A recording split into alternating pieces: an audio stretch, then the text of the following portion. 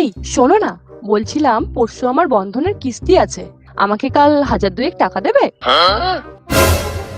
এই তুমি দুদিন আগেই তো টাকা নিলে বন্ধনের কিস্তি দেবে বলে, এখন আবার টাকা চাইছো? কোন বন্ধনের টাকা দেবে তুমি?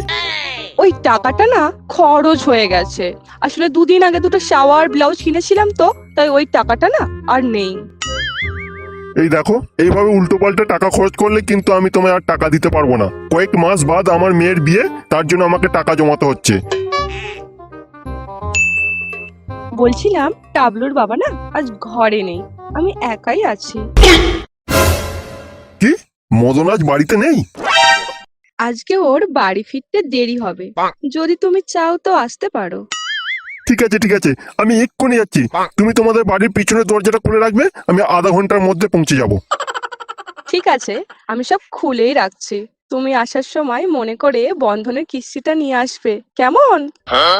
আচ্ছা আচ্ছা, নিয়ে যাব। তুমি তোমাদের বাড়ির পিছনের দরজাটা খুলে রাখো, আমি এক্ষুনি টাকা নিয়ে যাচ্ছি।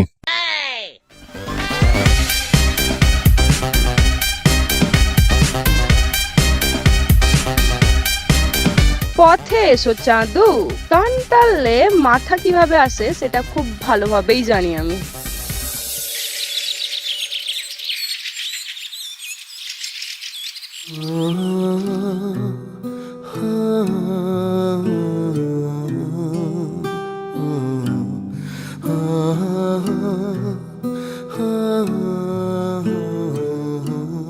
তোকে ভাই আমি আগেই বলেছিলাম যে লোকটা শালা হারামির গাছ। তুই যদি তখন আমার কথা শুনতিস তাহলে আজ তোর এইরকম অবস্থা হতো না। যাই হোক, ওইসব বাদ দে, মন খারাপ করে লাভ নেই। ঘুরতে যাবি কি? না ভাই, আজকে আমার মন ভালো নাই। শালা পুটি আমার ভুল বুঝলো, একটা কথাও শুনলো না। ওর বাপটা শালা আমায় এইভাবে ফাঁসিয়ে দিল। এই দেখো দেখো, আমার বাচ্চাদের মতো কান্না শুরু করে কেন? আরে ভাই, চাপ নিচ্ছিস কেন? তোর মন ভালো করার জন্য তো আমি আছি। ওইসব বাদ দে, ঝুমা বৌদির কাছে যাবি কি? না ভাই থাক, আজকে আমার মন ভালো নাই। তাহলে টুম্পা বৌদির কাছে যাবি, কোনো টাকা লাগবে না। অন্যদিন যাবো কেন, আজকে আমার মন ভালো নাই। তোর মনের গোষ্ঠীর পোদ মারি শালা। এ বড় বেশ ঝামেলা পড়া গেল তো। একে নিয়ে যে আমি এখন কি করি?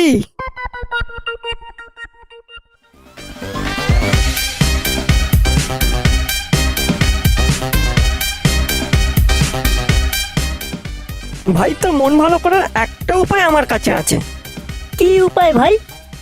বলছি, তোর বুকের মধ্যে আছে তো? না আমার নেই, কিন্তু পুটির আছে অনেক বড় বড়। শালা বোকাচোদা, আমি তোকে সাহসের কথা বলছি। হ্যাঁ হ্যাঁ, সাহস আছে তো। কি করতে হবে তুই শুধু একবার বল। ওদিকে একবার তাকিয়ে দেখ কে যাচ্ছে। আরে, ও তো হারামির বাচ্চা পুটির বাপ, ওদিকে কোথায় যাচ্ছে? আমার ধারণা যদি না ভুল হয়, ও ডাইরেক্ট মদনের বউয়ের কাছে যাচ্ছে। এই সময় মদন বাড়িতে থাকে না, আমি 100% শিওর বলছি, ও ডাইরেক্ট মদনের বাড়িতেই যাচ্ছে। তাহলে এখন কি করবি বলতো? মালটার পিছু পিছু যাবি? তার আগে তুই পুঁটিকে একটা ফোন লাগা, তবেই ব্যাপারটা ভালোভাবে জমবে। এসে দেখুক বাপের কাণ্ড কারখানাটা। আমার তো বড় নাম্বারটা ব্লক করে দিয়েছে, তোর ফোনটা দে, যদি রিসিভ করে তো করবে।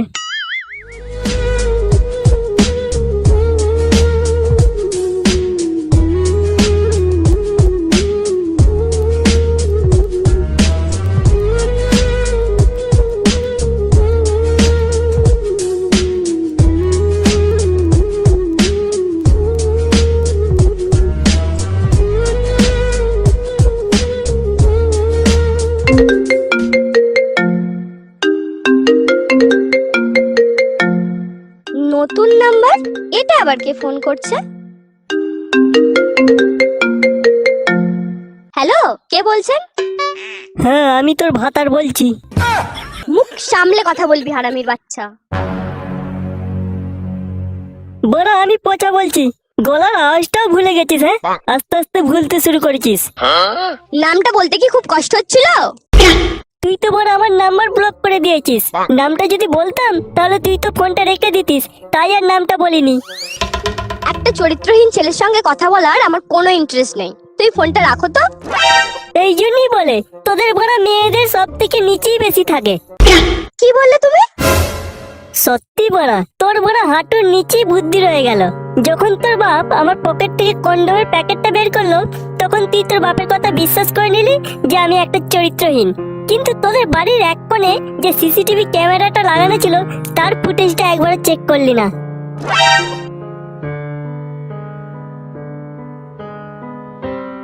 যাই হোক, আমাকে চরিত্রহীন বলার আগে তোর বাপের চরিত্রটা এসে দেখে যা। তোর বাপের ঝাড় পাকামে একবার এসে দেখে যা, আমি খচ্চাদের পাড়ায় দাঁড়িয়ে আছি। এবার একটা মদনকে ফোন লাগা, আর ফোন করে বল তোমাদের বাড়িতে ঝামেলা হচ্ছে, চোর ঢুকেছে। দেখো খুড়ো, তোমাকে আর ধার দিতে পারবো না। তোমার মানে অনেক টাকা বাকি আছে। আগের টাকা মেটালে তবেই তোমাকে মাল দেবো, তার আগে দেবো না। দেখ ভাইপো, এইবারের মতো একটা দিয়ে দে। আমি কথা দিচ্ছি এইবারের বেকার ভাতার টাকা পেলে আমি তোর সব টাকা দিয়ে দেবো। এইবারের মতো একটা দিয়ে দে ভাইপো, এইবারের মতো একটা দিয়ে দে।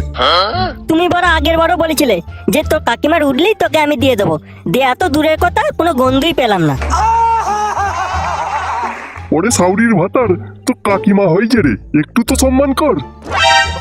ছি ছি ছি ছি, কাকিমা আমার মাথায় থাক। আমি তো জব কার্ডের টাকার কথা বলছি খুড়ো।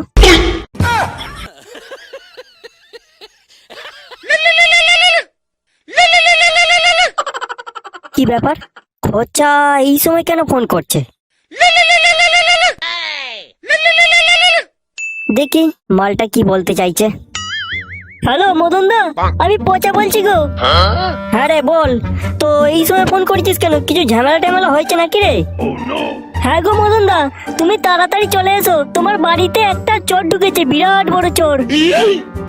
কি বলছিস রে? আলমারিতে যে অনেক টাকা রাখা আছে, সর্বনাশ হয়ে যাবে রে। তোরা এক কাজ কর, চোরটাকে তোরা ধরার ব্যবস্থা কর, যাতে না পালাতে পারে। তুই এখন রাখ, আমি এক্ষুনি যাচ্ছি।